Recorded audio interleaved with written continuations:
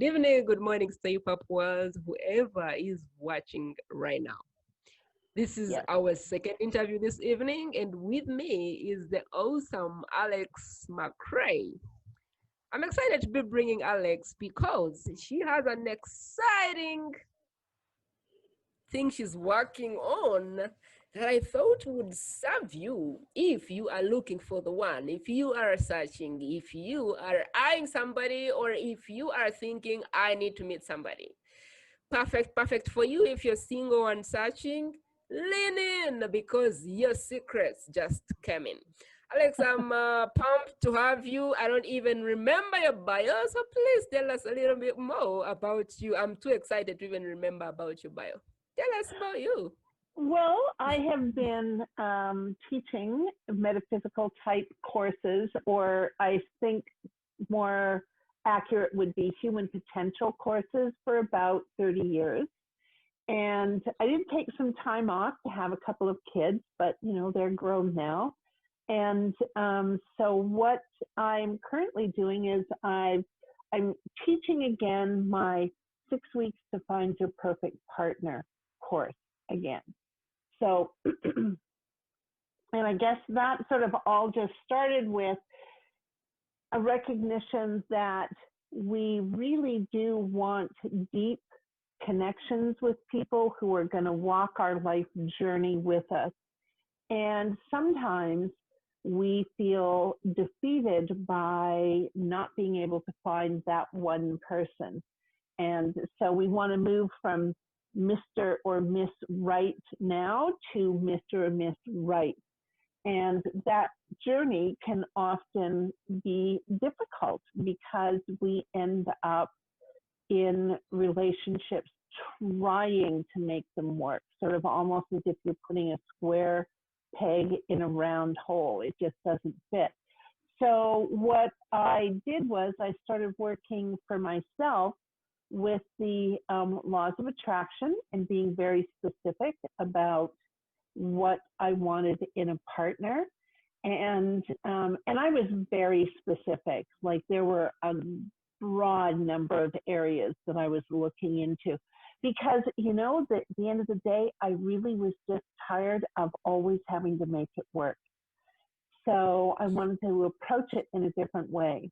Now, I don't know about you, but I certainly dated the same guy for 20 years, but in very different bodies. It was like I just always was into this bad type that didn't work, and I kept going out with them. So I thought, there has to be a better way to do this. So that's how the course came about, was I started really drilling down and what's really interesting is I started getting highly conditional in order to have an unconditional love relationship. So, and it worked for me. So, and I've taught numerous people, hundreds of people, or specifically women, how to do this. It works for men, but women seem more concerned about finding the right fit. So that's how the course came about. Yeah, I'm excited about asking you something about your son and what happened with the with the conversation.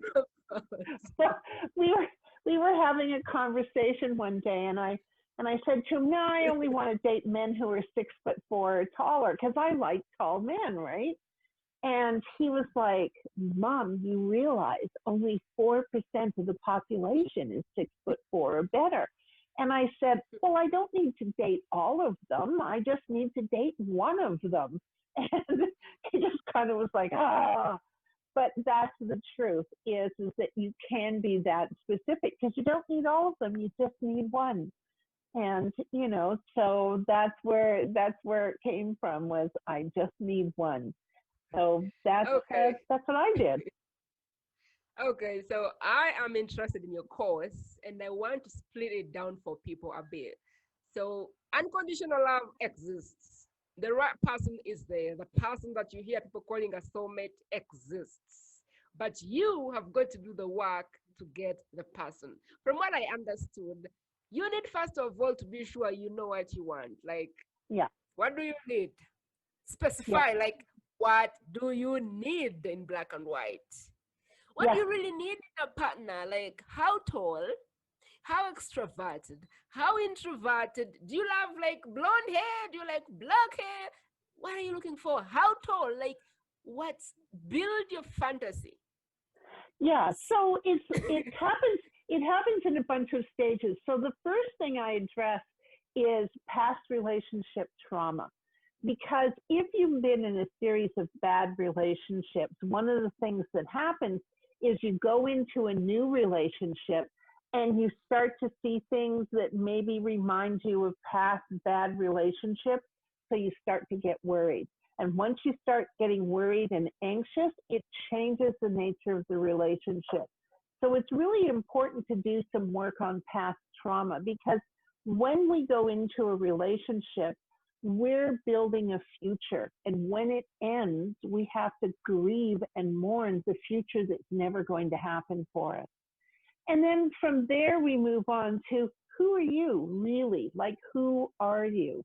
And by dealing with past trauma and who we are, we can then move on to the person that we want to spend our lives with. What are their qualities and characteristics? What's their relationship like with their family? How do they treat ex-girlfriends or boyfriends? Sorry, excuse me. Bless you. What level of education do they have? What do they do for work? Are just sort of, what do they look like? How tall are they? How broad are their shoulders?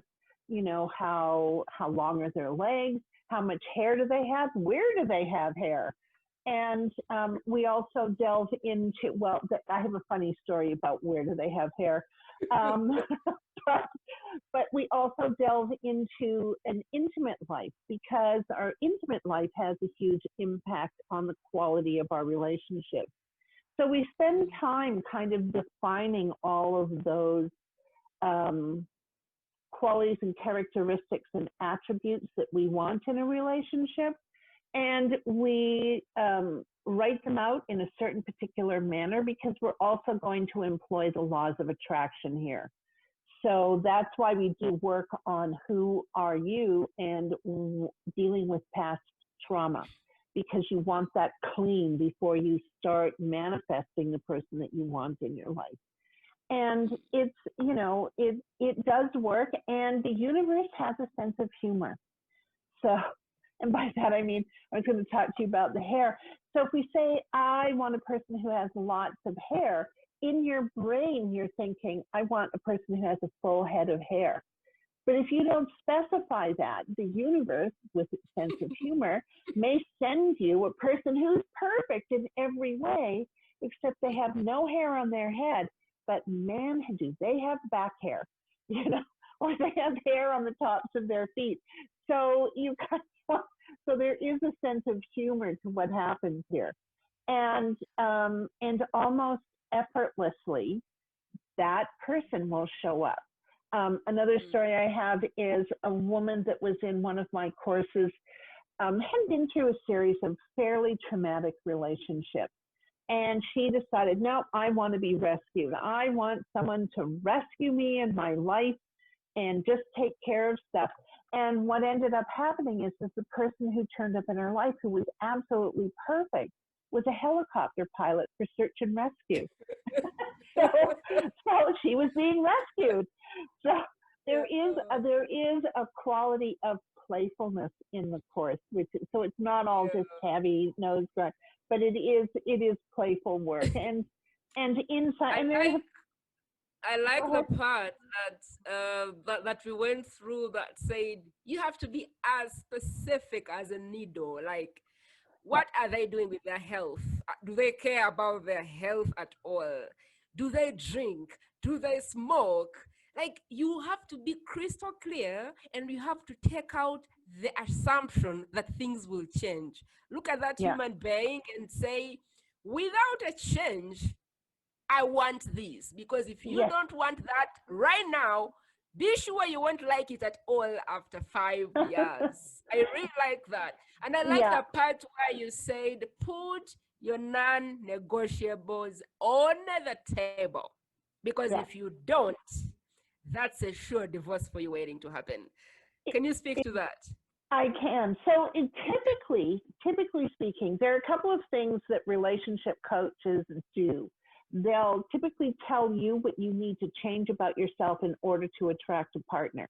And I'm like, Mm, no, the way I am today is the way I'm going to be in 5 years. Well, I mean, I do personal growth stuff, so that might change. But basically, essentially, who I am today is who I'm going to be in 5 years. That's also true of your partner. Who they are the day you meet them is who they're going to be. So if you go into a relationship thinking you're going to change them, you need to stop because you're not going to change them.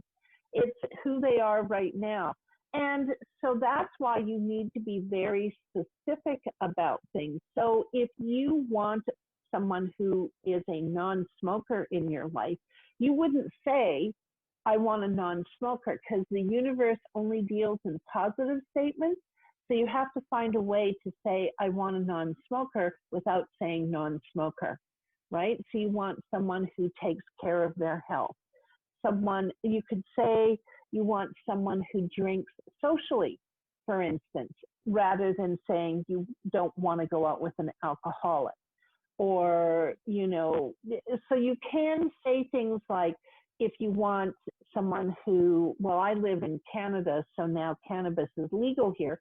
So people can say things like, I want someone who's an occasional smoker of cannabis, or, is an occasional social drinker, that kind of thing. Because those really can be deal breakers for us. The other thing a lot of coaches will point out to you is that typically we have three things that we absolutely want in a relationship and they're not negotiable. And we have a couple or three things that are deal breakers. So, which is, again, if we take that and unpack that statement, for instance, you might, because say you came from a family where addictions were an issue. So for you, you clearly don't want to date or be in relationship with someone who is active in their addictions or isn't dealing with them, or you just want to avoid the whole conversation. You want to be able to write that out so that you're very clear about how this works. And of course, now we're in a pandemic, so dating is a whole other question now with how do we date when we have to keep 6 feet away from each other? So so there's some interesting glitches in that whole area of how do we date now? How are we going to date in the future? And who is it that we're looking for to share our lives with? But it's very clear that we want deep, connected relationships. So that's what you learn when you come and do my course and work with me. I really love it. And you keep saying the more conditional you are when you're picking up people, the Yeah, more you can get out of the relationship. So other than showing up and saying, what do they want? Can I be that? Show up with yeah, what you are and let yeah, people decide what, if they can handle. Like I tell my friends, be a black and white and let them decide if they can deal. Because exactly. you want the people that like what you are, the whole package, not if she can only change this or that or that. No, the way you are, like just show up the way you are and let the people who like that come Yeah, to you. My question to you, Alex, is more like if somebody's already married, okay? if They're already somebody, married, yeah, they already sealed the deal.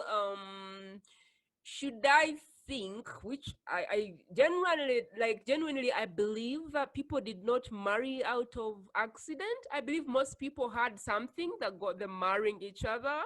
yeah. But what is the best way that people can still other than just committing and say, this is the person I'm going to make? Can you make someone the one? Like, can you decide that this person I'm married to, I am going to make them the one?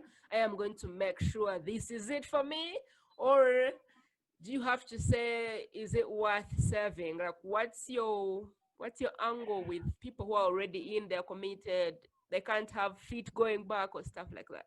Well, if you're already in a committed relationship and you want to transform it into one that's more based on unconditional love and full acceptance of each other, there are a couple of things that you have to do.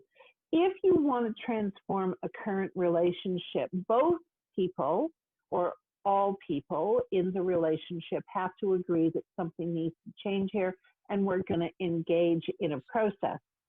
Part of that process is being prepared to talk or be involved in uncomfortable conversations. You can't sit down and have an uncomfortable conversation if there is blame anywhere. So blaming stops. You have to be prepared to be transparent and vulnerable with one another. And a lot of relationships don't have a really solid degree of vulnerability. You also have to be prepared to talk about what works and what doesn't work in the relationship for both partners, and what will you do about it. So if somebody always says something to you that makes you feel like it's a hit, and you feel bad, and they say, well, you didn't do blah, blah, blah, you want to be able to set up a process where you can indicate to that other person that what they said was hurtful, that you understand they probably didn't mean it, but it does create a reaction in you that you don't like. So you have to be responsible for your communications with one another. You have to have an upfront contract. Like, a lot of people don't even talk about what works for them in a relationship and what doesn't. So it's almost as if you have to renegotiate this relationship contract that you have. And you have to be willing to be open and vulnerable and have uncomfortable conversations.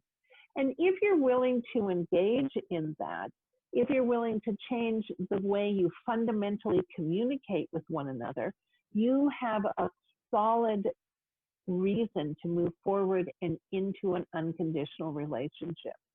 So, and there's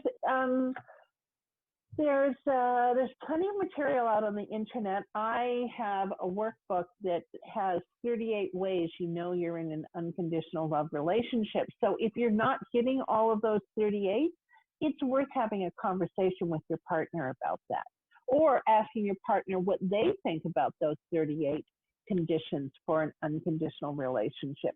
It's a starting point where you can at least find out where you are right now today and where you want to be and what's your plan to get there.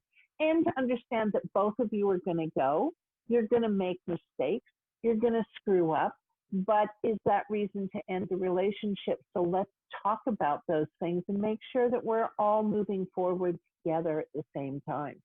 So it's almost as if the commitment to the relationship gives the relationship a life of its own that's outside of the individual members in the relationship.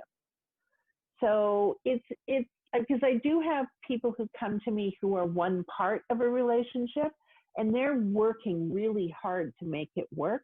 And that's the reason why you want to be really conditional when you start a relationship, because if you're not highly conditional, you're going to have to work at that relationship. If you're really conditional and you find someone who meshes with you the way you are today, you accept the way they are today, then you don't have to work so hard at the relationship, and you can move into an unconditional format for your relationship. So it's much easier if you do it that way. I love it. So, I love it. Like, if you are very picky when you choose somebody, that means you have mostly chosen the person that even if they did nothing more, you're okay with it. So it's yeah, likely to be more effortless. It's more like you laid a good foundation. So most of the things will be bearable. But in case you didn't do the work at the start, then you've got to do the work. yeah, And I really like it. I know we have a freebie from you for sure.